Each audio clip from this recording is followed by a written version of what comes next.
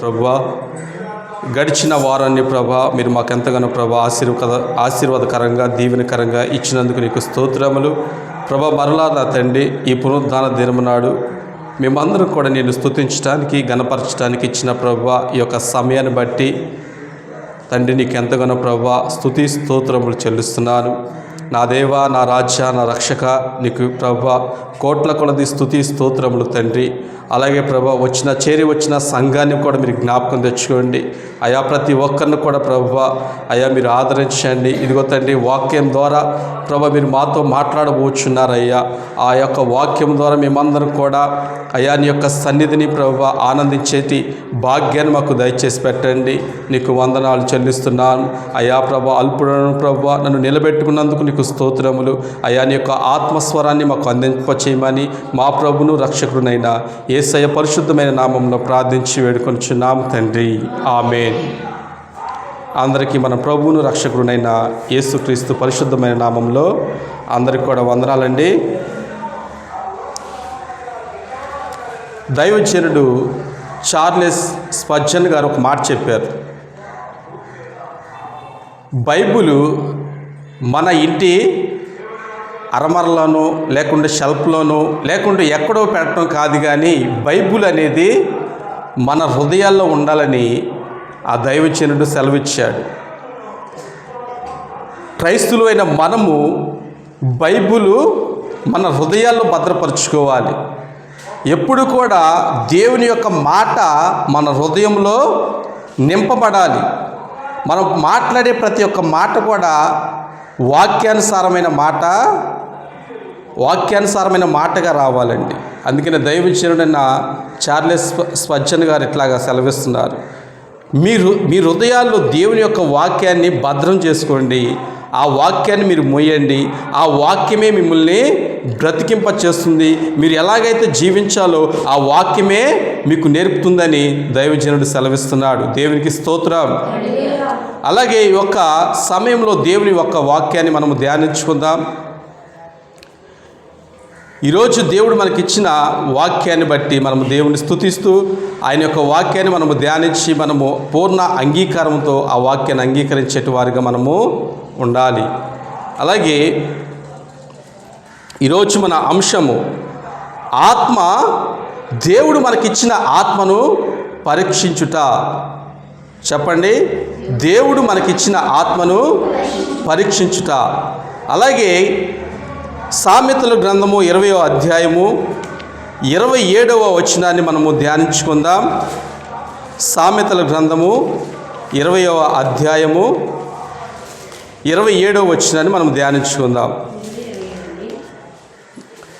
నరుని ఆత్మ యెహోవా పెట్టిన దీపము, అది అంతరంగములన్నీ శోధించును. దేవునికి స్తోత్రం. నరుని ఆత్మ యెహోవా పెట్టిన దీపము, అది అంతరంగములన్నీ కూడా శోధించును. జ్ఞాని అయిన సొలొమోను ఈ సామెతల గ్రంథంలో అనేకమైన అమూల్యమైన మాటలు కూడా మనకి తెలియపరుస్తున్నాడు. అతని జ్ఞానాన్ని బట్టి కాదు, కానీ దేవుడిచ్చిన జ్ఞానాన్ని బట్టి ఆయన తన వాక్కును ప్రకటిస్తున్నాడు. ఇదిగో ప్రజలారా, నరుని అందరికీ కూడా ఒక ఆత్మను దేవుడైన యెహోవా పెట్టి ఉన్నాడు. అది మీ హృదయ అంతరంగాల్ని లేకుంటే మీలో ఉన్న ప్రతి ఒక్క అంతరంగాన్ని కూడా అది శోధించుచున్నదని మాట్లాడుతున్నాడు. ఆదికాండం 2వ అధ్యాయము 7వ వచనాన్ని మనము చదువుకున్నట్లయితే, ఆదికాండం 2వ అధ్యాయము 7వ వచనము, దేవుడైన యెహోవా నేల మంటితో నరుని నిర్మించి వారి నాసికా రంధ్రములలో జీవవాయువును ఓదగా నరుడు జీవాత్మ ఆయను. చాలండి. మనుషునికి ఒక జీవాత్మను దేవుడిచ్చాడని చాలా క్లియర్గా దేవుడు మనకు తెలియపరుస్తున్నాడండి. ఎందుకంటే సమస్త ప్రాణికోటిని కూడా, అంటే ఒక మనుషుని తప్ప సమస్త ప్రాణికోటిని, పురుగులు లేకుంటే జంతువులు, అనేకమైనవి జంతువులు ఉంటాయి, పురుగులు ఉంటాయి, వాటన్నిటిని కూడా తన నోటి మాటను బట్టి కలగజేసిన దేవుడు నరుణ్ణి మాత్రము చాలా విచిత్రంగా సృజించాడు. ఎలాగంటే నేల మట్టిని తీసుకున్నాడు, ఆ నేల మట్టితో నరుణ్ణి చేశాడు. నిర్మించిన తర్వాత నరుల్లో ఎటువంటి కూడా జీవం లేదండి. అందరూ కూడా ఇటు చూడండి, నరుల్లో ఎటువంటి జీవం ఉందండి? ఆ మట్టిలో లేదు. కానీ వారి నాసిక రంధ్రములో దేవుడైన యెహోవా తన జీవాత్మను ఊదాడంట. ఊదటం ఏంటి? ప్రవేశింపజేశాడు. నువ్వు ఇక నుంచి కూడా నువ్వు మట్టివి కాదు, నువ్వు ఇక నుంచి జీవించగలవు అని దేవుడు ఒక మంచి జీవాన్ని దానికి ఇచ్చాడు. అందుకని ఇక్కడ సామెతల గ్రంథకర్త కూడా మాట్లాడుతున్నాడు. 20వ అధ్యాయము 27వ వచనంలో, నరుని ఆత్మ యెహోవా పెట్టిన దీపము, అది అంతరంగం అన్నీ కూడా శోధించినని మాట్లాడుతున్నాడు. ఈరోజు మనము చేసే ప్రతి ఒక్క పని కానీ, ప్రతి ఒక్క ఆధ్యాత్మికమైన భక్తి సాధన కావచ్చు, అన్ని విషయాల్లో కూడా ప్రతి ఒక్క మనలో ఉన్న ఆత్మ మనల్ని శోధించుచున్నది, అంటే పరిశీలన చేస్తుందండి. మనము ఏమై ఉన్నామో, మన ఆలోచనలు ఏంటి, మన విధి విధానాలు ఏంటి, మన భక్తి జీవితం ఏంటి, అయ్యో మనము జీవించే జీవితం ఏంటండి, ప్రతిదీ కూడా అది పరీక్షిస్తుంది. ఎందుకంటే దేవుడు మనుషులను సృజించి మామూలుగా ఎక్కడ కూడా విడిచిపెట్టలేదు. మీ బ్రతుకు మీరు బ్రతకండి, మీరు ఎలాగైనా మీరు బ్రతకండి, దేవుడు ఎక్కడ కూడా సెలవు ఇవ్వలేదు. నరుడి జీవము ఉన్నంత కాలము కూడా తను ఎటువంటి జీవితాన్ని జీవించాడో, ఎటువంటి మంచి జీవితం జీవించాడో లేకుంటే ఎటువంటి చెడు జీవితాన్ని జీవించాడో అన్నిటిని బట్టి తన ఆత్మను నిలబెట్టి దేవుడు లెక్క అడుగుతాడండి. ఎందుకంటే ఆయన మనకి ఆత్మను అనుగ్రహించాడు, ఆ దీపాన్ని మనలో పెట్టాడు. ఎందుకంటే చాలామంది వ్యక్తులు ఏదన్నా ఒక పనిముట్టును తయారు చేసినప్పుడు దానిలో ఉన్న సమస్తం కూడా అతనికి తెలిసింది. దాన్ని కలగజేసే ముందు లేకుంటే ఆ పరికరాన్ని కనుగొనక ముందు దాని గురించి క్షుణ్ణంగా కూడా పరిశీలన చేస్తాడు. చేసి ఆ వస్తువుని ఆయన తయారు చేస్తాడు. తయారు చేసి దాన్ని బయటికి అమ్మటమో కానీ లేకుంటే అతని కింద పెట్టుకోవటం కానీ ఏదైనా చేస్తూ ఉంటాడు. ఎందుకంటే దాని గురించి సమస్తం కూడా ఆయనకు తెలుసు, దాన్ని తన కంట్రోల్లో పెట్టుకుంటాడు. మనిషిని కూడా ఒక కంట్రోల్ అనేది దేవుడు పెట్టాడు. ఆత్మను దేవుడు మనిషిలో ఉంచాడండి. ఆ ఆత్మ ఏం చేస్తుంటే అంటే ఆ ఆత్మ చేసే పని ఏంటంటే మన హృదయ అంతరంగాలు కూడా అది శోధిస్తుంది. మనలో ప్రతి ఒక్క అవయవాన్ని అది శోధిస్తుందండి. అది దేవుని ఆత్మను మనం ఎల్లప్పుడూ కూడా మనము నిర్లక్ష్యం చేయకూడదు. మనలో ఉన్న ఆత్మను కూడా ఎప్పుడు కూడా దాన్ని నిర్లక్ష్యం చేయకూడదు. అందుకనే ఈ ఆత్మ మనకి ఒక జీవం అండి. ఈ ఆత్మ లేకుంటే మనము బ్రతకలేము. ఒక మనిషి చనిపోయాడని మనం చెప్తాం, కానీ ఆ మనిషి చనిపోయిన తర్వాత ఆ శరీరము ఆత్మ కూడా ఎడబాటు కలిగిద్దండి. అక్కడ శరీరంగానే మట్టిలో పూడ్చివేస్తారు, ఆత్మ మాత్రము దేవుని వద్దకు చేర్చబడుతుంది. దేవునికి మహిమ. కానీ మనలో జీవం ఉన్నంత కాలం కూడా ఆత్మ మనలో పనిచేస్తుంది, మనల్ని పరిశీలన చేస్తుంది, మనల్ని పరీక్షిస్తుంది, మనల్ని శోధిస్తుంది. ఈ ఆత్మను దేవుడు ఎందుకు పెట్టాడంటే ఈ ఆత్మ ద్వారా మనం జీవిస్తున్నాము, ఈ ఆత్మ ద్వారానే మనం ఉనికి కలిగి ఉన్నాము, ఈ ఆత్మ ద్వారానే మనం సమస్తము కూడా చేయగలుగుతున్నామని దేవుడు మాట్లాడుతున్నాడు. అందుకని యోహాను సువార్తలో కూడా అదే మాట్లాడతాడు కదా, దేవుడు ఆత్మ గనక ఆయన ఆరాధించువారు ఆత్మతోనూ సత్యముతోనూ ఆరాధింపవలెనని అక్కడ మంచి మాటను మనం చూడగలుగుతాం.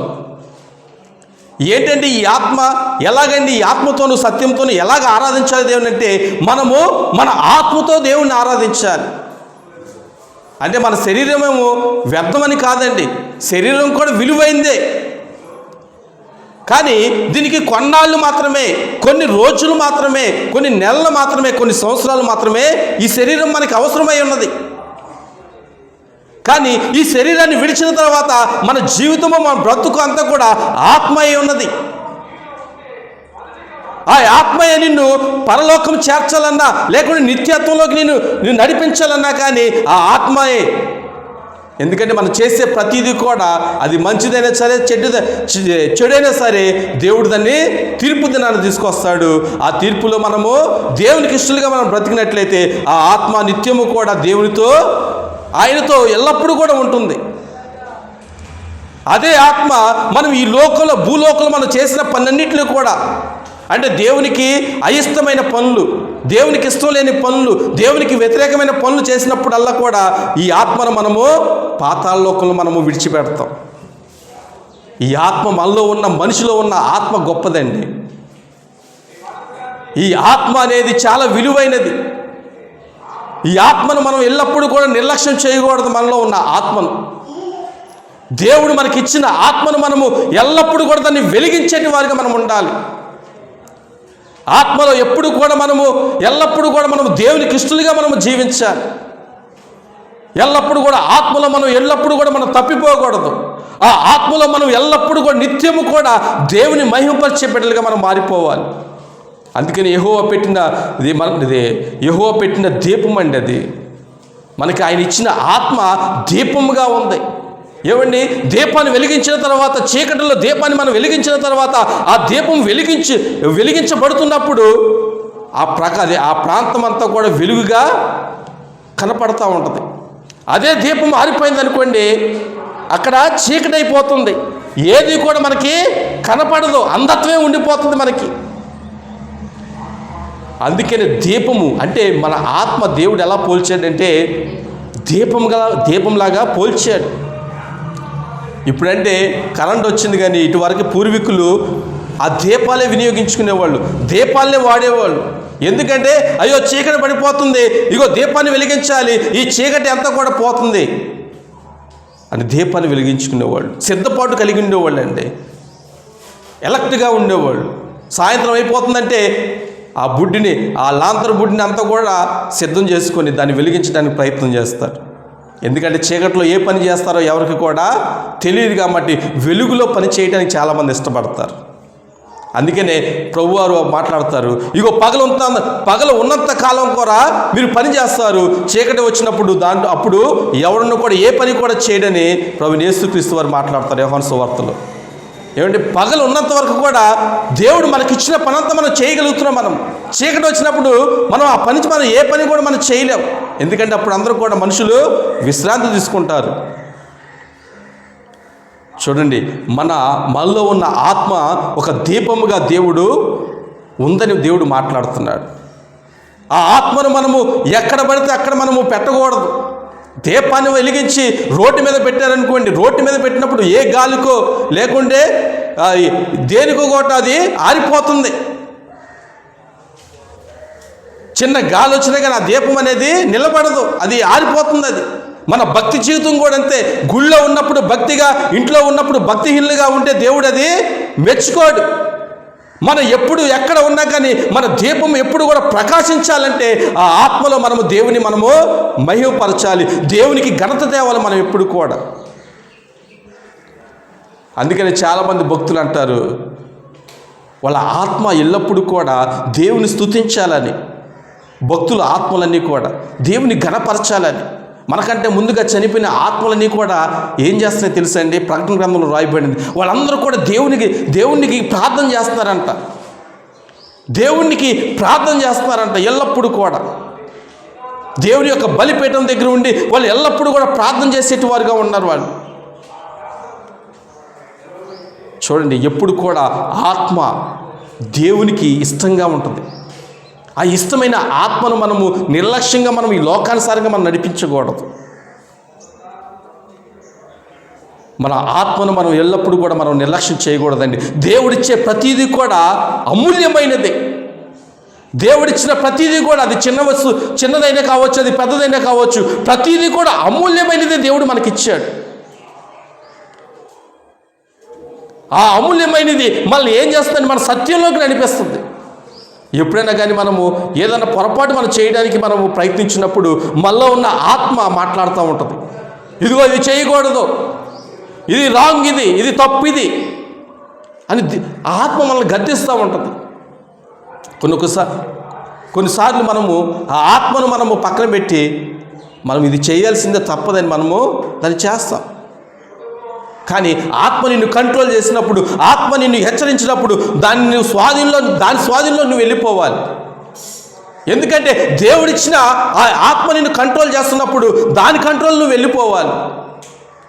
అంతేగాని శరీరం కూడా కంట్రోల్ చేస్తూ ఉంటుంది. ఆత్మ చెప్పేది నువ్వు వినొద్దు.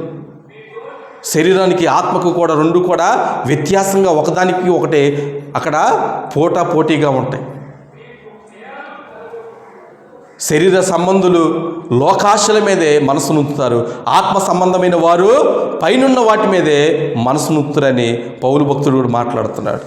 ఏమండి, మనము శరీరానుసారంగా మనం బ్రతుకున్నట్లయితే మనము ఈ లోకంలో ఉన్నంతకాలం మనం ఆనందిస్తాం, తప్పులేదు. కానీ మనం చనిపోయిన తర్వాత, నిద్రించిన తర్వాత మనం ఇక అటువంటి ఆనందం మనం ఎప్పుడు కూడా మనం పొందుకోలేం. మన ఆత్మను ప్రభు అయిన యేసుక్రీస్తు వారు నరకంలో పడేసిన తర్వాత మనం ఎప్పుడు కూడా ఇక అటువంటి సంతోషము జీవితంలో మన బ్రతుకు దినాల్లో మనం పొందుకోలేం.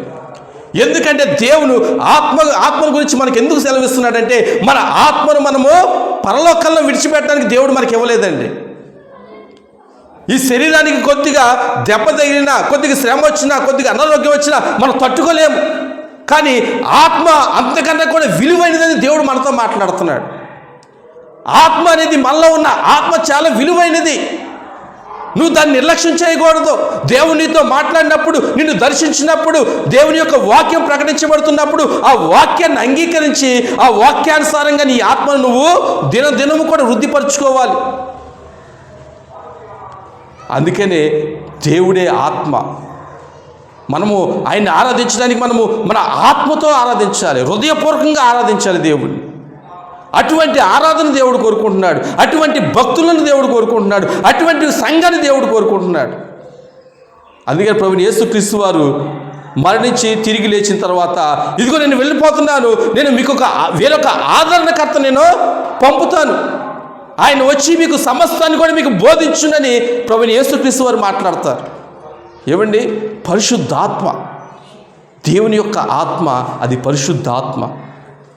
చూడండి, మొదటి నుండి కూడా ఇప్పటి వరకు కూడా దేవుడు తన ఆత్మ ద్వారా అనేకులను కూడా బలపరిచి అనేకులకు కూడా మరల ఉజ్జీవాన్ని ఇస్తున్నాడండి.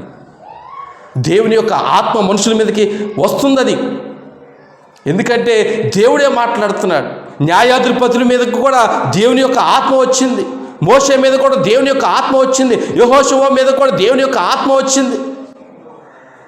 ప్రవక్తలందరూ కూడా దేవుని యొక్క ఆత్మతో, యెహెజ్కేలు కావచ్చు, యెషయా కావచ్చు, వీళ్ళందరూ కూడా దేవుని యొక్క ఆత్మను పొందుకొని ఆత్మతో వాళ్ళు ప్రవచించారు. ఆత్మతో ప్రజల మధ్యలోకి నిలబడి ప్రవచించారు వాళ్ళు. ఒక్కొక్కసారి మనలో దేవుని యొక్క ఆత్మ మనలోకి రాబోతుంది. ఈ మట్టి దేహంలో, మట్టి శరీరంలో దేవుని యొక్క ఆత్మ వచ్చినప్పుడు మనం పరిపూర్ణంగా మనం మార్చబడతాము.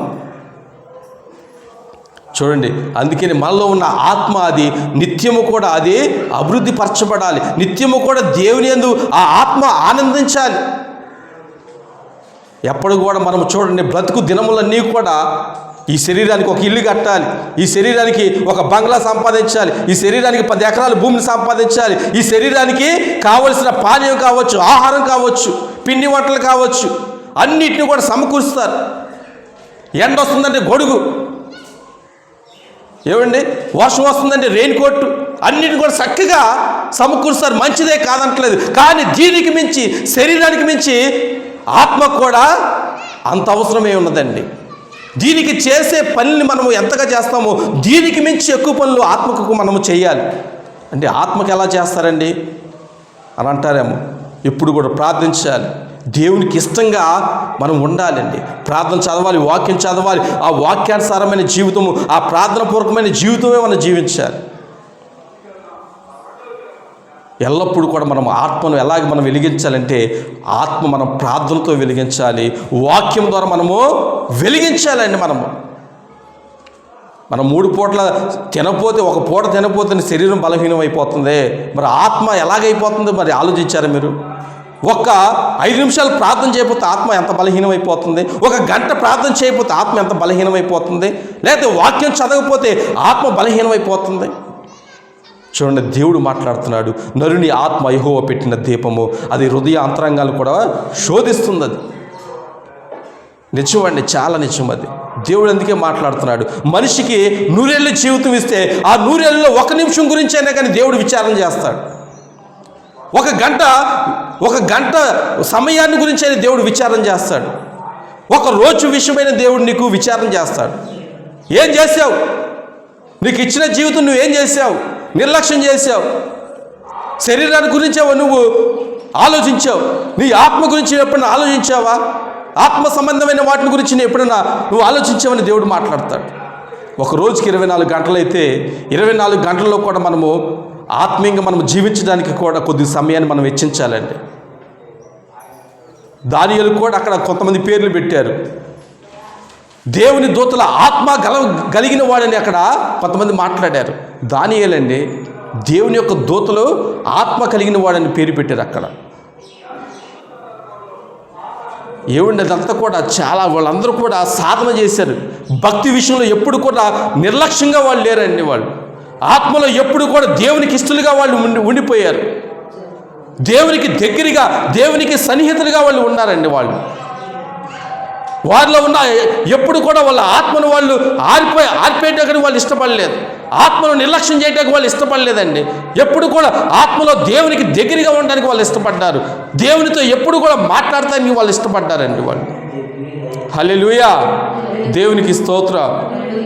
అందుకని చూడండి, మనము మట్టి శరీరమే. మనం ఎవరమండి? మనమందరం కూడా మట్టి శరీరమే.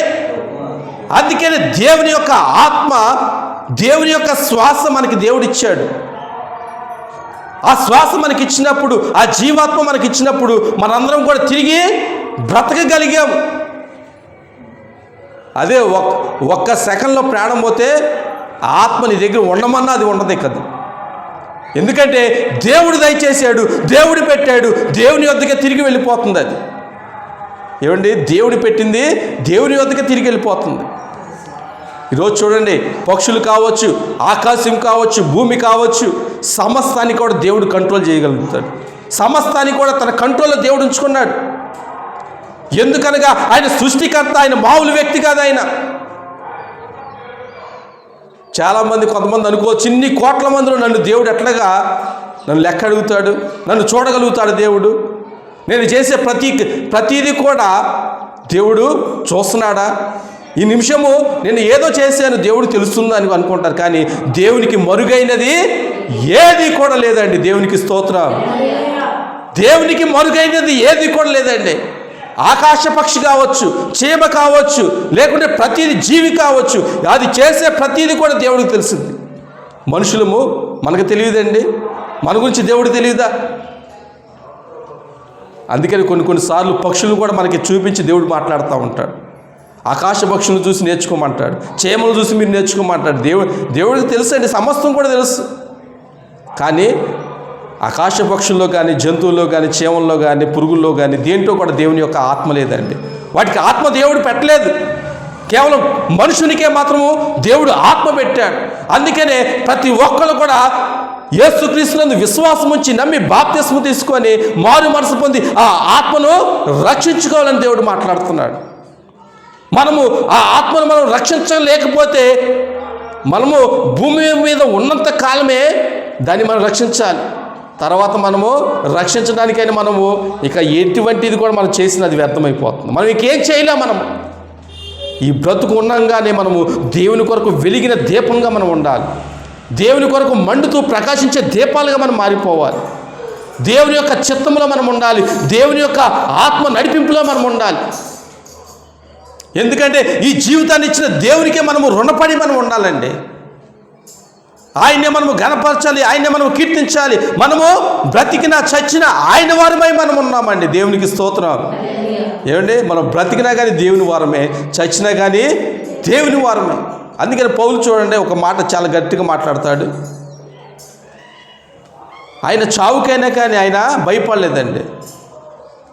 దేనికైనా కూడా ఆయన భయపడలేదు. ఆయన మరణం వస్తున్నా కానీ భయపడలేదు. ఏది కూడా నన్ను నా క్రీస్తును ఎడదీయలేదు అని మాట్లాడతాడు పౌలు కూడా. ఏమండి, ఏ మరణమైనా, ఏ దుఃఖమైన, ఏ వ్యాధనైనా కానీ క్రీస్తు నుంచి, దేవుని యొక్క ప్రేమ నుంచి, దేవుని యొక్క సన్నిధి నుంచి మన ఏది కూడా విడదీయలేదు. చాలామంది భక్తులు కూడా వాళ్ళకి ఉన్నా లేకున్నా కానీ, ఏమీ లేకపోయినప్పటికీ కూడా ఆత్మలో వాళ్ళు ఎల్లప్పుడూ కూడా దేవునికి దగ్గరగా ఉన్నారు, దేవుని గణపరిచారు, దేవుని స్తుతించారు అండి వాళ్ళు. అందుకని మాట్లాడుతున్నాడు. ఈ లోకంలో కూడా 3 రకాల ఆత్మలు మనం చూడగలుగుతాం. ఒకటి మనిషి ఆత్మ, రెండోది దేవుని ఆత్మ, మూడోది దురాత్మ, అది దెయ్యపు ఆత్మ. కొంతమంది దేవుడు తన ఆత్మతో నడిపిస్తాడు, మనిషి ఆత్మే. కొంతమంది దేవుని ఆత్మతో నడిపించబడతారు, కొంతమంది దెయ్యపు ఆత్మతో నడిపించబడతారు. ఏమిటి, దేవుని ఆత్మ మనుషుల మీదకి వచ్చినప్పుడు దురాత్మ కూడా మనుషుల మీదకి రాదండి, వచ్చింది. అనేక మంది దెయ్యం పట్టిన వాళ్ళు యేసుక్రీస్తు వారి వద్దకు వచ్చారు. ఎందుకంటే వాళ్ళకి మనశ్శాంతి లేదు, వాళ్ళకి సంతోషం లేదు, వాళ్ళు ఏం చేస్తున్నారో వాళ్ళకే తెలియదు. కొంతమంది తీసుకొచ్చి, అయ్యా మా కుమారుడికి దెయ్యం పట్టింది, మా కుమార్తెకి దెయ్యం పట్టింది, ప్రార్థన చేసి విడిపించండి, అయ్యా నువ్వు స్వస్థపరిచయ్యా. ఒక అతనికైతే సమాధుల దొడ్లో ఉన్న అతనికి ఎన్ని దెయ్యాలు పట్టినాయండి? 2000 దెయ్యాలు పట్టినాయి. ఏంటి చాలామందికి కూడా మనకు తెలియదు, కానీ మనం ఒక్కొక్కసారి వాడి కంట్రోల్కి వెళ్ళిపోతాం. దాన్ని మనం ఇమ్మీడియట్లీగా మనం గుర్తెరగాలి. ఎందుకంటే వాళ్ళు ఎక్కడైతే భక్తులు ఉన్నారో, దేవుని వాక్యాన్ని ధ్యానించేటి వాళ్ళు ఉంటారో, దేవుని కొరకు ప్రార్థన చేసేటి వాళ్ళు ఉంటారో, వాళ్ళ మీదనే అది ఎక్కువ ప్రభావం చేస్తూ ఉంటుంది. లోక సంబంధంలో ఉన్నవాడిని అది విడిచిపెట్టేస్తుంది. ఎట్లయినా వాడు కూడా మనదారిలోకి వచ్చేస్తున్నాడు. మనం ఎక్కడికి పోతున్నాం ఆ పాతాల్లోనికి వాడు కూడా వచ్చేస్తున్నాడు. వాడి గురించి చాలా విచారించవలసి, వాడి గురించి బాధపడాల్సిన పని లేదు మనకని ఆ దైపు ఆత్మలు అనుకుంటాయి. ఇది వీళ్ళు భక్తులుగా ఉన్నారు, వీళ్ళు దేవుని మహిమపరిచేటి వాళ్ళు, వీళ్ళని లొంగ తీసుకోవాలి అని దురాత్మ రకరకాలుగా ప్రయత్నం చేస్తూ ఉంటుంది. అందుకనే దేవుని యొక్క ఆత్మతో మనం నడిపించబడాలి. మనకిచ్చిన ఆత్మను మనము కాపాడుకుంటూ ఆయన యొక్క ఆత్మను మనం పొందుకోవాలి. ఆయన యొక్క పరిశుద్ధాత్మతో మనము నడిపించబడాలండి. అటువంటి ఆత్మ మనం పొందుకొని దేవుని యొక్క నామాన్ని మనం గణపరిచేటి వారిగా మనం ఉండాలి, దేవుని స్తుతించేటి వారిగా మనము ఉండాలండి. హల్లెలూయా. మనం ఇంకొక వచనం మనం చదువుకుందాం. 1 కొరింథీయులకు రాసిన పత్రిక 2వ అధ్యాయము 11వ వచనము. 1 కొరింథీయులకు రాసిన పత్రిక 2వ అధ్యాయము 11వ వచనము. ఒక మనుషుని సంగతులు అతనిలోనున్న మనిషి ఆత్మకే గాని మనుషులలో మరి ఎవరికి తెలియను, అలాగే దేవుని సంగతులను దేవుని ఆత్మకే గాని మరి ఎవరికి తెలియవు. ఏమండి, మనలో ఉన్న ప్రతి ఒక్క సంగతి కూడా మన తల్లిదండ్రులు చెప్తామా? చెప్పలేము. ఇటు చూడండి, మనం ఇంకా మనలో అన్నీ చాలా ఉంటాయి. అన్నీ భర్తకు చెప్పుకోలేని చాలా ఉంటాయి, తల్లిదండ్రులకు చెప్పుకోలేని చాలా ఉంటాయి, భార్యకు చెప్పుకోలేని చాలా సంగతులు ఉంటాయి. కానీ నీలో ఉందే దేవుడు పెట్టిన అది ఆత్మ, ఆ ఆత్మకు అన్నీ తెలుసు. ఒక మనుషుని సంగతులు ఆ మనిషిలో ఉన్న ఆత్మే కానీ మరి ఎవరికి తెలియను అని ఇక్కడ భక్తులు మాట్లాడుతున్నాడు. అంటే మనలో ఉన్న ప్రతి ఒక్క సంగతి, ప్రతి ఒక్కటి కూడా మనలో ఉన్న ఆత్మకే తెలుసు అండి. మనం ఎక్కడ చిక్కబడి ఉన్నాము, మనం ఎక్కడ పట్టబడి ఉన్నాము, ఎక్కడ బంధించబడి ఉన్నాము, ఎక్కడ ఇరుకును పడ్డాము, ఎక్కడ మనకు శోధన వచ్చిందో ప్రతి ఒక్కటి కూడా ఆత్మకు తెలుసు అండి. కానీ దేవుని సంగతులు దేవుని ఆత్మకే తెలియని ఇక్కడ మాట్లాడుతున్నాడు. మరలా దేవుని ఆత్మ, దేవుని సంగతులు దేవుని ఆత్మకే తెలుసు అని ఇక్కడ మాట్లాడుతున్నాడు. అంటే మన సంగతులు మనకు తెలుస్తుంది, మనకి మన ఆత్మకు తెలుస్తుంది, తర్వాత దేవునికి తెలుస్తుంది. ఈ ముగ్గురికే, ఆ మనిషిలో ఉన్న ఆత్మ అతనికి, ఆత్మ పెట్టిన దేవునికి మాత్రమే తెలుస్తుంది ఆ సంగతులన్నీ కూడా. అందుకని మనము ఎప్పటికీ కూడా మనము దేవునికి ఏది కూడా ఇది మరుగై ఉండదని మనం ఎప్పుడు కూడా మన మీద మనం నమ్మకం పెట్టుకోకూడదండి. ఇది మరుగే ఉందేమో నా దేవుడు ఇది చూడలేదేమో అని మనం అనుకోకూడదు. ఎప్పటికీ కూడా ప్రతి ఒక్క సంగతి కూడా దేవుడికి తెలిసిపోతుంది. ఈ రోజుల్లో కూడా దేవుడు ప్రతి ఒక్కరిని కూడా దృష్టిస్తున్నాడు, అందరినీ చూస్తున్నాడు. వాళ్ళు ఎక్కడున్నా కానీ ఏం చేస్తున్నా కానీ దేవుడు ప్రతి ఒక్క సంఘటనని కూడా ఆయన పరిశీలన చేస్తున్నాడు. ఎందుకంటే ఈ లోకంలో ఉన్నంత కాలం వరకు కూడా దేవుడు మనల్ని ఎటువంటి కూడా శిక్షకు పాత్రులుగా చేయడండి. అది ఒకసారి జ్ఞాపకం తెచ్చుకోండి. మనం ఎప్పుడైతే మనము మరణించిన తర్వాత ఈ దేహాన్ని విడిచిన తర్వాత జరగవలసిన కార్యక్రమాల్లో మనం నిలబడతాం చూడండి, ఆ తీర్పు దినాన అప్పుడే దేవుడు అడుగుతాడు. ఎందుకంటే మనకి దేవుడు స్వేచ్ఛను ఇచ్చాడండి. మనకి స్వతంత్రాన్ని దేవుడు ఇచ్చాడు. నువ్వు మంచితనంగానే నువ్వు పోవచ్చు, చెడు మార్గంలో నువ్వు పోవచ్చు, లేకుంటే నువ్వు ఎలాగైనా నువ్వు పోవచ్చు. దేవుడికి ఇబ్బంది ఏం లేదు. కానీ నువ్వు జీవించిన జీవితాన్ని బట్టి ఏదో ఒక రోజున దేవుని ఎదుట మాత్రము నిలబడాలి. అందుకని దేవుడు అంటాడు, త్రాసులో దేవుడు తూచినప్పుడు మనము ఎలా ఉంటాము? దేవునికి ఇష్టలుగా ఉంటే మనము సరిగ్గా దూకుతాం, లేకుంటే మనము తేలిపోతాం మనం త్రాసులో. అందుకనే ఒక పాట పాడతారు కదా, త్రాసులో ధూళి వంటిది మానవ జీవితం. ఏంటి ఏ పాటిదండి? అసలు మనుషుని జీవితం ఏ పాటిదో చూడండి. ధూళి వంటిది, గడ్డి పువ్వు లాంటిది, ఎండి పరక లాంటిది, ఎందుకు పనికిరాని జీవితము, ధూళి లాంటిది, పురుగు లాంటిది. కానీ మనం ఇంకా కూడా మనం ఏదో గొప్పవారము గల్లు అని మనం చెప్పుకుని ఇంకా బతుకుతున్నాం మనం. దేవుడు అదే మాట్లాడుతున్నాడు. ఒక్కసారి నువ్వు పరీక్షించుకో. నీ జీవితం ఏ పాటిది, నీ బ్రతుకు ఏ పాటిది, అన్నీ కూడా జ్ఞాపకం తెచ్చుకొని దేవుడు మాట్లాడుతున్నాడు. ఈ మధ్యన అమ్మగారి గ్రామంలో కూడా ఒక చిన్న పాప అంటే అది ప్రభునందు నిద్రించింది. చిన్న పాపే, సంవత్సరాలు ఏమి లేవు ఆమెకి, 6 నెలలు ఆమెకి. మనిషిని జీవితం ఏ పాటిదండి? ఆపరేషన్లు అయినాయి కానీ ఆ పాపని కూడా బ్రతికించలేపారు ఏ డాక్టర్లు కూడా. ఎందుకంటే అన్నీ కూడా దేవుని యొక్క స్వాధీనంలో ఉన్నాయి. ఒక మనిషి బ్రతకాలన్నా, చనిపోవాలన్నా, ఏదైనా కానీ ఆయన చేతిలోనే ఉంది, దేవుని చేతిలోనే ఉంది. చూడండి, ఈరోజు మనం బ్రతికున్నామంటే మనం ఎంతగానో కూడా కన్నీరు పెట్టి దేవునితో మనం మాట్లాడాలండి. ప్రభువా, ఈ యొక్క రోజు నాకు ఇచ్చావు, ఈ యొక్క సమయం నాకు ఇచ్చావు, అయ్యో నీ యొక్క వాక్యాన్ని వినడానికి నాకు ఆరోగ్యాన్ని ఇచ్చావు, ఆయుష్ని ఇచ్చావు అని దేవుని మనం గణపరచాలి. ప్రతి ఒక్క రోజు కూడా మనం ఏదో ఒక రోజు ఈరోజు ఎట్లా గడిచిపోతుంది, రేపు అట్లా గడిచిపోతుంది, అవతల ఎల్లుండి ఎట్లా గడిచిపోతుందని మనము ప్లాన్ చేయకూడదు. ఈ రోజు వరకే, ఈ నిమిషం వరకే, తర్వాత ఏం జరుగుతుందో ఎవరికి కూడా తెలియదు. అందుకనే నీ శరీరంలో నీ ఆత్మ ఉన్నంత కాలమే నీ బ్రతుకు, నీ జీవితము, నువ్వు చేసేది ఏదైనా కానీ. శరీరం మందు ఇక నువ్వు మృతి పొందావంటే నీ ఆత్మ ఇక దేవుని యొద్దకు చేర్చబడుతుంది. ఆ ఆత్మ తీర్పు దినాన నిలబడబోతుంది. దయచేసి జ్ఞాపకం తెచ్చుకోండి. మనలో ఉన్న ఈ దీపము ఆరిపోక మునిపే మనము దేవుని ఎదుట మనము తగ్గించుకొని ఈ ఆత్మలో మనం దీపాన్ని మనం కాపాడుకోవాలి. ఆత్మీయతలో మనం వెలిగించబడాలి. ఇంకా కూడా చూడండి, కొంతమంది దేవుని యొక్క వాక్యం వినేటప్పుడు నిద్ర వస్తుంది, లేకుంటే బైబిల్ చదివేటప్పుడు నిద్ర వస్తుంది. కానీ వీళ్ళందరూ ఎట్లా ఉంటారు? ఆత్మలో ఆరిపోయే దీపాలుగా ఉంటారు. ఎప్పుడు కూడా మనము ఆత్మలో మండేవారుగా మనం ఉండాలని ప్రభువారు మాట్లాడుతున్నారు. ఎప్పుడు కూడా మనం మండిపోవాలండి, ఆత్మలో ఉజ్జీవం రావాలి.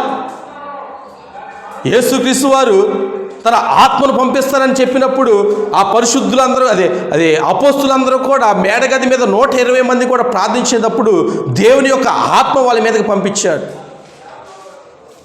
వాళ్ళందరూ కూడా అన్య భాషలతో మాట్లాడటం ప్రారంభించారు. దేవుని ఇంకను కూడా ఆత్మలో స్తుతించడం ప్రారంభించారు. చూడండి, వాళ్ళు ఇంట్రెస్ట్ బట్టే, అయ్యో వాళ్ళకున్న ఆ ఇంట్రెస్ట్ని బట్టే దేవుడు కూడా తన ఆత్మను వాళ్ళ మీద కుమ్మరించాడు. మనం ప్రార్థన చేయకపోతే దేవుని ఆత్మను మనం ఎలా పొందుకుంటాము? దేవుని సన్నిధిని, దేవుని ప్రత్యక్షతను మనం ఎలాగ అనుభవించగలుగుతాం? మనము ఎప్పటికీ కూడా మనం ఇట్లాగే మనం ఉండకూడదండి. ఒక పాస్టర్ గారు మాట్లాడితే ఎట్లా అంటారు, ఎవరైనా కానీ క్రీస్తు రక్తంలో కడగబడి పాపాలు ఒప్పుకొని పాపక్షమాపణ పొందుకున్న తర్వాత, నమ్మి బాప్తిస్మం తీసుకున్న తర్వాత ప్రతి ఒక్కరి మీద కూడా భారం ఉంది. ఏ భారం అంటే అందరూ కూడా దేవుని యొక్క వాక్యాన్ని ప్రకటించాలి, దేవుని యొక్క సైన్యంగా ఉండాలి, దేవుని యొక్క శిష్యులుగా ఉండిపోవాలి. అంతేగాని ఇదే ఇక వారం వారం వచ్చి మందిరాల్లో కూర్చోటం కాదు. వాక్యాన్ని మనం కూడా వీలైనంత వరకు కూడా మనము దేవుని యొక్క వాక్యాన్ని మనం కూడా మూసుకొని పోవాలి. అనేక సార్లు నేను చెప్తాను ఉంటాను, ఎందుకంటే వాక్యాన్ని మనం ప్రకటించాలి. మనమే ఇక విని, మన తరాలు విని, మన వాళ్ళ తరాలు విని ఇక ఎవరైనా దేవుని పరిచర్య చేసేది, దేవుని సేవ ఎవరు చేయగలుగుతారు? మనలో ఉన్నప్పుడు, మనలో ఈ జీవం ఉన్నప్పుడే మనము దేవుణ్ణి మహిమపరచాలి. ఆ స్త్రీలు కూడా ఉన్నారండి, దేవుని సువార్తను మోసుకొని ప్రకటించే వాళ్ళు స్త్రీలు కూడా అనేకులు ఉన్నారు. స్త్రీలే తక్కువ వాళ్ళేం కాదు, పురుషులతో సమానంగా వాళ్ళు కూడా దేవుని యొక్క సువార్తను ప్రకటించారు. వాళ్ళు కూడా దేవుని యొక్క ఆత్మను పొందుకొని బలంగానే ప్రకటించారు వాళ్ళు కూడా. అందుకనే దేవుడు మాట్లాడుతున్నాడు, ఒక మనుషుని సంగతులు ఆ మనుషు ఆత్మీయే కానీ ఇంకెవరికి కూడా తెలియదని ఇక్కడ ప్రభువారు మాట్లాడుతున్నారు. చూడండి, దయచేసి దేవునికి మరుగైనది ఏది కూడా లేదండి. దేవునికి వ్యతిరేకమైనది ఏది కూడా లేదు. మనము దేవునికి కళ్ళు కప్పుకొని మనం తిరుగుతున్నంత వరకు కూడా మనమే మెప్పించుకుంటాం. కానీ దేవుడు ఆ ఆత్మను బట్టి దేవుడు నిన్ను లెక్కడుగుతాడు. ప్రతిదీ కూడా తీర్పు దినాన్ని తీసుకుని రాబోతాడు దేవుడు. నీ జీవితాన్ని ఇలా నిర్లక్ష్యం చేసావు, నీ జీవితాన్ని ఇలాగ నువ్వు పాడు చేసుకుంటావు అని దేవుడు మాట్లాడతాడు. తర్వాత మనం అక్కడ ఎంత ఏడ్చినా, గగ్గోలు పెట్టినా కానీ ఏం ప్రయోజనం ఉండదు. అక్కడ మనం ఇక మాట్లాడడానికి కూడా ఇక అవకాశం లేదు. ఇక ఆయన ఎదుట ప్రత్యక్షంగా మనం మాట్లాడడానికి మనం ఏ పార్టీ వారు మనము నిలబడలేము. అపోస్తులైన యోహాను కూడా ఆయన చూసినప్పుడు చచ్చిన వాడి వలె ఉన్నానని మాట్లాడతాడు. ఏమండి, చచ్చిపోయిన వాడి వలె నేను ఉన్నానని మాట్లాడతాడు. అసలు ఆయన ఎంత ప్రభావం కలిగిన దేవుడు అండి, ఎంత మహోన్నతుడు, ఎంత సర్వాధికారి. అసలు ఆయన చూడడానికి మనము ఏ పార్టీ వారు అండి, మన జీవితం ఏ పార్టీది, మన భక్తి ఏ పార్టీది. మనం అందరం కూడా దేవుణ్ణి మనము చూడడానికి కళ్ళు కూడా సరిపోవండి. దేవుడు ఇంకనూ కూడా మనల్ని ప్రేమిస్తున్నాడు కాబట్టి, ఇంకనూ కూడా తన కృపను చూపిస్తున్నాడు కాబట్టి, ఇంకనూ కూడా మనం బ్రతుకుతున్నాము, జీవిస్తున్నాము, చలిస్తున్నాము. అందుకని ప్రతి ఒక్క రోజు కూడా మన జీవితాన్ని ఎలా ప్రారంభించాలంటే దేవుణ్ణి మనము ప్రార్థించేటి వారిగా కన్నీటితో ప్రార్థించాలి. ఆత్మలో మనం ప్రార్థించాలి. మన ఆత్మ ఎప్పుడు కూడా నీరసించిపోకూడదు, బలహీనపరచబడకూడదు. అది శరీరానికి ఎలాగ మనము ఆహారాన్ని ఇచ్చి బలపరుస్తామో అది మనము ఆత్మకు కూడా అలాగే వాక్యాన్ని అందించి ప్రార్థనను మనము దేవునికి చేసి మనము బలపరుచుకోవాలి. అను నిత్యము కూడా ఈ ఆత్మ ఎప్పుడు కూడా ఆరిపోకూడదండి. ఏమండి, ఈ ఆత్మ ఇప్పుడు కూడా ఆరిపోకూడదు, చల్లారిపోకూడదు. ఎప్పుడు కూడా వెలిగించబడే ఆత్మగా మనం ఉండాలని దేవుడు మాట్లాడుతున్నాడు. వెలిగే దీపానికే ప్రకాశం వస్తుంది. ఆరిపోయిన దీపానికి ఎటువంటి ప్రకాశం ఉంటుందండి? ఎటువంటి ప్రకాశం ఉండదు, ఎటువంటి కాంతి కూడా ఉండదు. అందుకనే ఎప్పుడు కూడా వెలిగించే దీపంగా ఉండాలి. నా దీపాన్ని వెలిగించువాడు నువ్వే అని కీర్తనకారుడు మాట్లాడతాడు. ఏమండి, మన దీపాన్ని ఎవరు? దేవుడే వెలిగించాలి. ఒకప్పుడు మనం భక్తిహీనులుగా ఉన్నాము, ఇప్పుడు భయభక్తులుగా మనం ఉన్నామంటే దేవుడు మన దీపాన్ని వెలిగించాడు, మన జీవితాన్ని వెలిగించాడు. దేవుడు ఆరిపోయిన జీవితాన్ని, మనము చీకటిలో ఉన్న దీపాలని దేవుడు వెలిగించాడు. మరలా ఆరిపోవడానికి మనం ఇష్టపడకూడదు. ఎప్పుడు కూడా మనము దేవుని యొక్క సన్నిధిలో వెలిగే దీపాలుగా మనం ఉండాలి. అందుకని 10 మంది బుద్ధి కలిగిన కన్యకలు ఉన్నారు. కానీ వాళ్ళు 10 మంది ఉన్నారని అక్కడ చెప్తున్నారు, కానీ వాళ్ళు 5గురే బుద్ధి కలిగిన వాళ్ళు, 5గురు బుద్ధి లేని వాళ్ళు. 10 మంది కన్యకలు ఉన్నారు, దేవునికి ఇష్టలుగా ఉన్నవాళ్ళు 5గురే ఉన్నారు బుద్ధిమంతులు. సిద్ధపడ్డారు, సిద్ధిలో నూనె పోసుకొని తన డ్యూటీలు వెలిగించుకున్నారంట. సిద్ధంగా ఉన్నారు, డ్యూటీలు వెలిగించుకున్నారంటే ఆత్మలో ఎప్పుడు కూడా వెలిగించబడుతున్నారు వాళ్ళు. భక్తిహీనులు, బుద్ధి లేని వారు వాళ్ళు ఏం చేసుకున్నారంటే వాళ్ళు సిద్ధిలో నూనె లేదు, దీపాలు కూడా ఆరిపోయినాయి. ప్రభు రావట్లేదులే, వచ్చేవాడు ఆలస్యం చేస్తున్నాడు, ఆయన రేపు వస్తాడు, బాబు వస్తాడు, తర్వాత వస్తాడు అనుకున్నారు. కానీ ఆరిపోయిన దీపాలు అక్కడే విడవబడిని. వెలిగించబడిన ఆ బుద్ధి కలిగిన కన్యకలందరూ కూడా దేవునితో ఆయన వెళ్ళిపోయారు. తర్వాత తలుపు వేయబడింది. ఈ బుద్ధిహీనులు వచ్చి తలుపు తడుతూ ఉన్నారు. అయ్యా తలుపు తీయండి, తలుపు తీసినప్పుడు ప్రభువారు మాట్లాడుతున్నారు, మీరు ఎవరో, నేను ఎప్పుడు కూడా నేను మిమ్మల్ని ఎరగను అని మాట్లాడుతున్నాడు దేవుడు. ఆ రోజు మాట్లాడతారంట అనేకులు, ప్రభువా నీ నామం ద్వారా నేను ప్రార్థన చేయలేదా, నీ నామం ద్వారా నేను దెయ్యాలు వెళ్ళగొట్టలేదా, నీ నామం ద్వారా నేను ప్రవచించలేదా. అప్పుడు ఏది కూడా ఇక లెక్కలోకి రాదిక. నువ్వు చేసిన ఆ ప్రయాస అంతా కూడా వ్యర్థమైపోతుంది. కారణం ఏంటంటే ఆ ఒక్క క్షణంలోనే నీ దీపం వారిపోయింది, ఆ ఒక్కరోజు నీ దీపం వారిపోయింది. నీకు ఇచ్చిన ఆయుష్కాలం అంతా కూడా చక్కగా నీ దీపాన్ని వెలిగించుకున్నావు, నీ ఆత్మను ఎప్పుడు కూడా వెలిగించుకున్నావు. కానీ అది ప్రభు రాకడ దినాల్లోనే ఆ ఒక్క రోజులోనే ఆ కనురెప్పపాటులో నీ దీపం వారిపోయింది. అందును బట్టి దేవుడు నిన్ను విడిచిపెట్టేశాడు. దేవుని కొరకు నిలబడేటి వాళ్ళు, దేవుని కొరకు ఎప్పుడు కూడా పనిచేసేటి వాళ్ళు, వాళ్ళ దీపాలు ఎప్పుడు కూడా వెలిగించుకునే పని చేయాలి. ఆత్మలో ఎప్పుడు కూడా వాళ్ళు అట్లా వెలిగించబడేటి వారుగా ఉండాలి. ఆ బుద్ధి లేని కన్యకలు కూడా వాళ్ళు కూడా అనుకున్నారు, మా దీపాలు కూడా మేము వెలిగించుకుంటాం అంటే వాళ్ళు ఏం లేదు, చిన్న నిర్లక్ష్యంలో ఉన్నారంతే. క్రైస్తవులు కూడా ఈరోజు మనము కూడా వాక్యమందు మనము ఎదుగుతున్న, మనము ప్రార్థనలో ఎదుగుతున్న, మనము భక్తిలో ఎదుగుతున్న మనము కూడా నిర్లక్ష్యం అనేది మనం ఎప్పుడు కూడా పని చేయదండి. ఆత్మ విషయంలో ఇంకనూ పని చేయదు. అది మన ఆత్మ రక్షించబడాలి, మన ఆత్మ దేవునికి ఇష్టంగా మనము దాన్ని వెలిగించాలి. మనము దేవుని యొక్క రాకడ కొరకు, దేవుని యొక్క రాజ్యం కొరకు మన ఆత్మలో మనం వెలిగించబడి మనం ఎప్పుడు కూడా మనము కనిపెట్టుకొని ఉండాలని మనము. అందుకనే చచ్చిన ఆత్మగా మనం ఉండకూడదు, ఆరిపోయిన దీపంగా మనం ఉండకూడదు. ఎప్పుడు కూడా మనము దేవుని కొరకు డ్యూటీలుగా మనం వెలిగే దీపాలుగా మన దీపాలు ఉండాలని దేవుడు మాట్లాడుతున్నాడు. అందుకని చివరిగా ఇంకొక మాట మాట్లాడదాము. లూకాసు వార్త 23వ అధ్యాయము 46వ వచనంలో చదువుతున్న మాట, అప్పుడు యేసు గొప్ప శబ్దంతో కేకవేసి, తండ్రి నీ చేతికి నా ఆత్మను అప్పగించుకొనుచున్నాను నేను. ఆయన ఇలాగూ చెప్పి తన ప్రాణమును విడిచెను. లూకాసు వార్త 23వ అధ్యాయము 46వ వచనంలో ఇటువంటి మాట మనము జ్ఞాపకం తెచ్చుకుందాము. అప్పుడు యేసు గొప్ప శబ్దంతో కేకవేసి, తండ్రి నీ చేతికి నా ఆత్మను అప్పగించుకొనుచున్నాను నేను. ఆయన ఇలాగు చెప్పి ప్రాణము విడిచెను. దేవునికి మహిమ.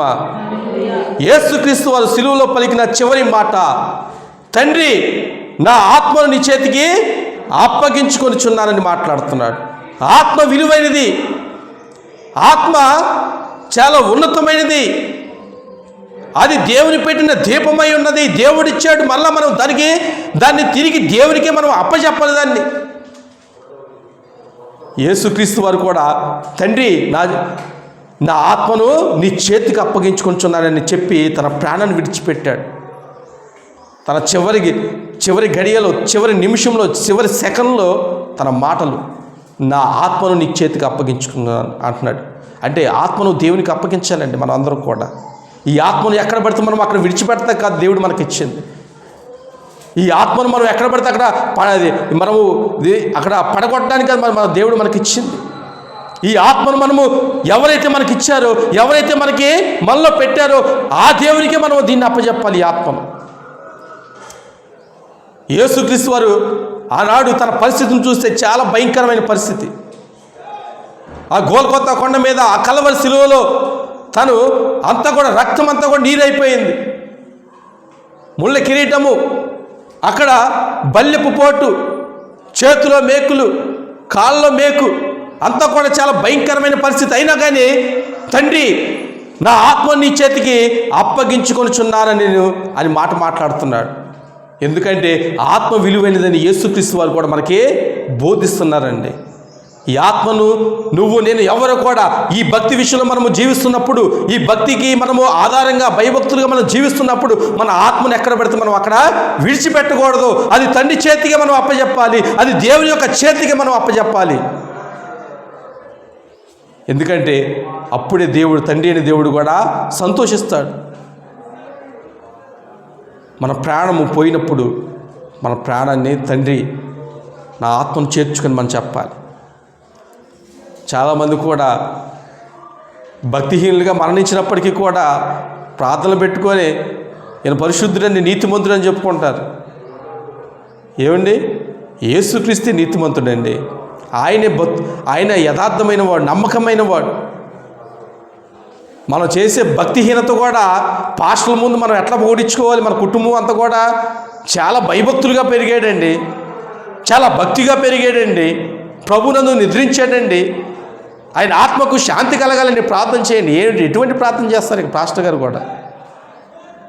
ఎప్పుడు కూడా సమయం ఉన్నప్పుడు కూడా దేవుని స్తుతించాలి.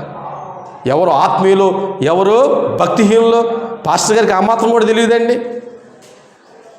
తెలుసుకోవాలి. ఏ మాట పడితే ఆ మాట మాట్లాడే దేవుడు అవకాశం ఇవ్వట్లేదు ఎవరికి కూడా. పాస్టర్ గారికైనా కానీ, విశ్వాసులకైనా కానీ, పెద్దలకైనా కానీ ఏ మాట పడితే ఆ మాట మనం పలకకూడదు. ప్రభునందు ఉన్న వారి గురించే మాట్లాడాలి. ప్రభుతో ఉన్నారు చాలామంది, దేవునికి స్తోత్రం వాళ్ళ గురించి. కానీ ప్రభులో లేని వాళ్ళు ప్రభులో ఇంకా నడిపించాలి. ఆత్మలో బలహీనమైన వారు, ఆత్మలో కృంగిన వారు, ఆత్మలో చచ్చిన వారిని ఇంకా కూడా లేవనెత్తాలి మనందరం కూడా. ఇక్కడ యేసుక్రీస్తు వారు నీతిమంతుడు కాబట్టి ఆయన మాట్లాడుతున్న మాట, ఆయన సత్యం తెలుసు, ఆయనకి వాక్యం తెలుసు, తను ఎవరు పంపించారు, తను ఎందుకొరకు ఈ భూలోకంలో 33 సంవత్సరాలు జీవించాడు అన్నీ కూడా తెలుసు. అందులో ప్రాముఖ్యంగా తనలో ఉన్న ఆత్మ కూడా ఎటువంటిదో కూడా ఆయన తెలుసు. అది ఎప్పుడు కూడా ప్రతి ఒక్కరూ కూడా నశించిపోతున్న ఆత్మల కొరకు, నశించిపోతున్న వారి కొరకు ఆయన అనేకమైన ప్రయాసలు పడ్డాడు, భారాలు మోసాడు, నిందలు మోసాడు, అవమానపడ్డాడు, గాయపరచబడ్డాడు, కొట్టబడ్డాడు, మెత్తబడ్డాడు. కానీ నీ ఆత్మను రక్షించడం కొరకే, నా ఆత్మను రక్షించడం కొరకే ఎందరైతే ఆయన రక్తంలో కడగబడుతున్నారో వాళ్ళందరూ కూడా యేసు రక్తంలో కడగబడి రక్షించబడాలని, వాళ్ళ ఆత్మలు రక్షించబడాలని యేసుక్రీస్తు వారు అంత ప్రయాసపడ్డారు. ఎంత ప్రయాసపడినా మనం యేసుక్రీస్తు వారిని కూడా మనం తోలనాడి మనం ఆయన అవమానపరిచి మన బ్రతుకు మనం బ్రతుకుదాము అనుకున్నారనుకోండి, ఇంతకన్నా దౌర్భాగ్యమైన జీవితము వేరొకటి ఉండదు. ఒక దేవుడి నీ కొరకు ఈ భూలోకానికి దిగి వచ్చి 33 సంవత్సరాలు బ్రతికి ఆయన నీ పాపాలన్నీ కూడా మోసి నిన్ను కడిగి నిన్ను పవిత్రపరిచినప్పుడు మరలా నువ్వు లోకంలో నువ్వు తిరగకూడదు, అపవిత్రమైన కార్యాలు నువ్వు చేయకూడదు, దేవునికి ఇష్టంగా నువ్వు ఎప్పుడు కూడా వెలిగించబడేటి వాడిగా నువ్వు ఉండాలి.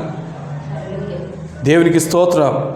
లోకంలో ఉన్న వాళ్ళందరూ కూడా నీ డబ్బును చూసినప్పుడు ఏమనుకుంటా, నీ దగ్గర ధనం ఉందనుకోండి, నువ్వు మంచిగా వెలిగించబడుతున్నావు అనుకుంటారు వాళ్ళందరూ కూడా. నీకు ఆస్తిపాస్తులు ఉంటే నువ్వు వెలిగించబడుతున్నావు అనుకుంటారు. కానీ నిజమైన వెలుగు అది కాదు, నిజమైన ఆనందం అది కాదు. నీకున్న ధనాన్ని బట్టి, నీకున్న పలుకుబడిని బట్టో, నీకున్న పదవిని బట్టో కాదు కదండి, దేవుడిచ్చిన సమాధానం బట్టి, దేవుడిచ్చిన ప్రేమను బట్టి, దేవుడిచ్చిన ఆత్మఫలాలను బట్టి నీ జీవితం ఆధారపడి ఉన్నది.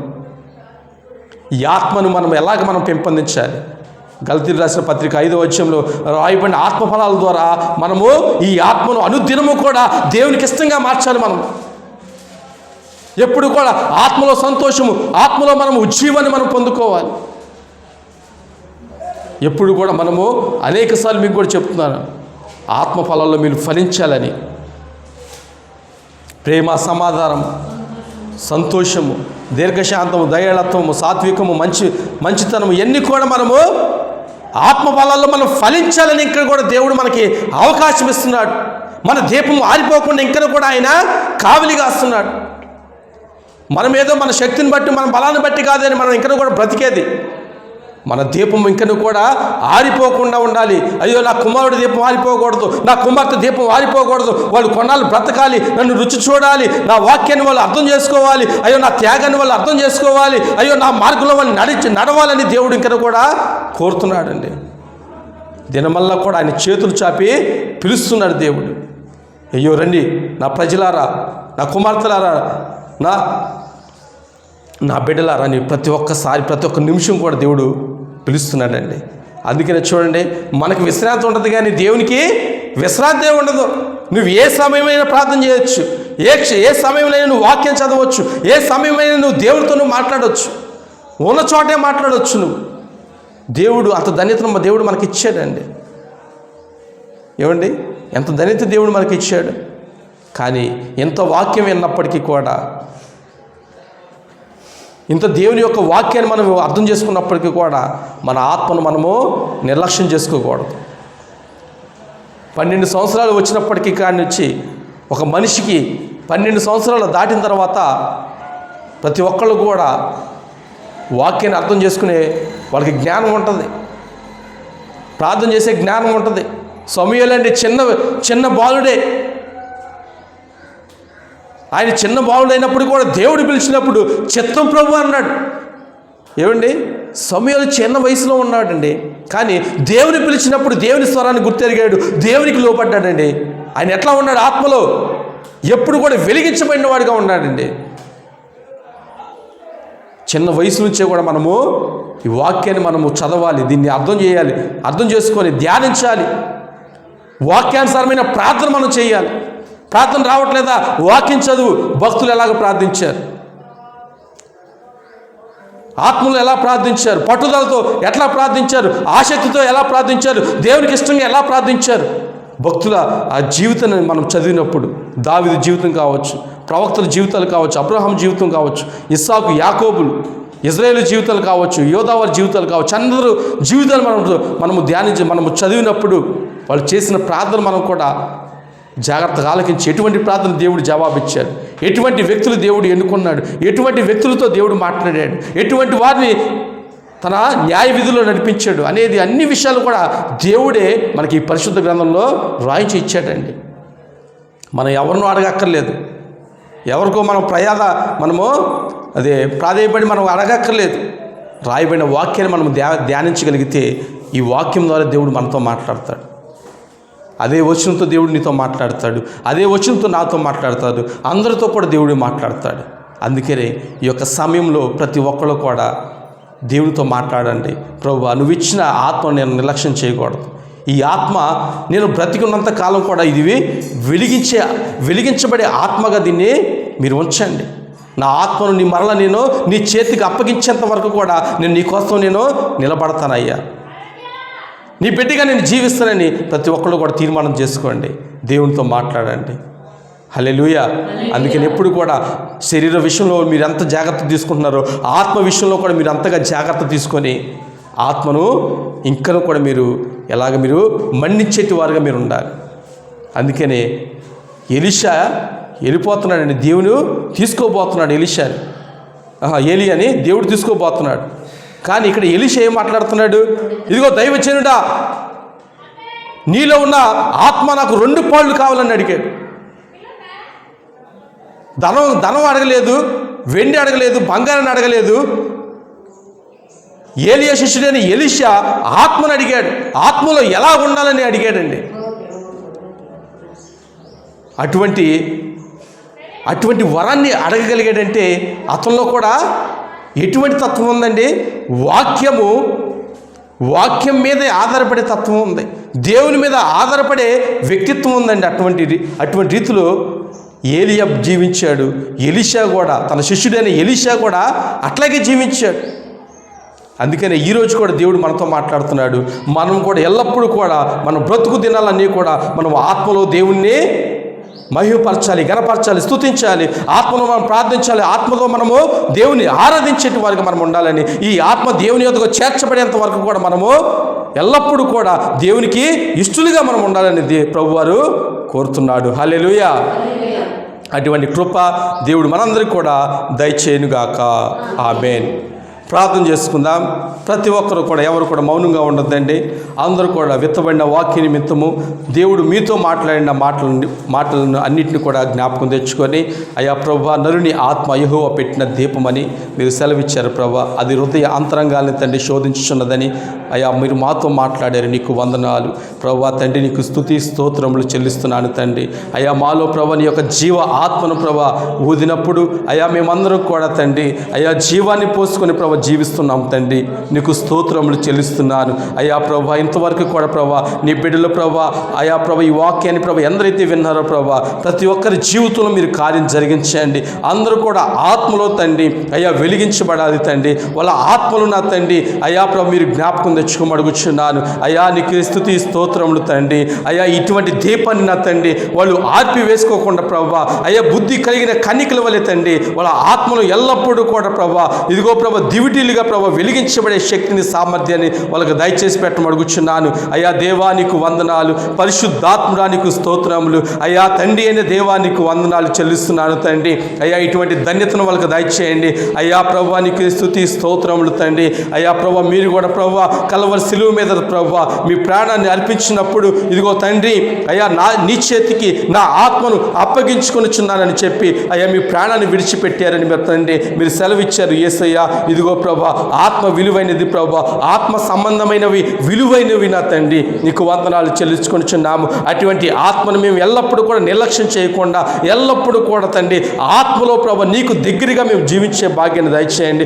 ఆత్మీయతలో ప్రభా నిన్ను పోలి మేము జీవించడానికి సహాయం దయచేయండి. మాలో ఉన్న ఆత్మను ప్రభా మేము ఎల్లప్పుడూ కూడా నిర్లక్ష్యం చేయకుండా ప్రభా ఆత్మలో అనుదినము కూడా ప్రభా ఇదిగో అభివృద్ధి పరిచే భాగ్యాన్ని మాకు దయచేయండి అయ్యా. నీకు స్తోత్రములు చెల్లిస్తున్నాము అయ్యా. మా దీపాన్ని ప్రభా నిత్యము కూడా అయ్యా తండ్రి వెలిగించడానికి సహాయం దయచేయండి. ఇది ఆరిపోకుండా తండ్రి అయ్యా కడ వరకు కూడా ఈ ఆత్మను ప్రభా అలాగే తండ్రి వెలిగించమడుగుచున్నాను. అటువంటి కృపను ధన్యతను ప్రభా మాకును ప్రభా మా సంఘానికి నీ సకల పరిశుద్ధులకు కూడా దయచేసి పెట్టమడుగుచున్నాను అయ్యా. ప్రభా నీకు వందనాలు ప్రభా. ఇంతవరకు కూడా ప్రభా ఇదిగో ప్రభా నీ బిడ్డలు ప్రభా ఆలకించిన ఈ వాక్యాన్ని బట్టి నీకు వందనాలు. నీ బిడ్డలు ఎందరైతే ప్రభా వాక్యాన్ని అంగీకరించారో అయ్యా ప్రతి ఒక్కరి జీవితంలో ప్రభా నీ యొక్క కార్యాన్ని జరిగించండి.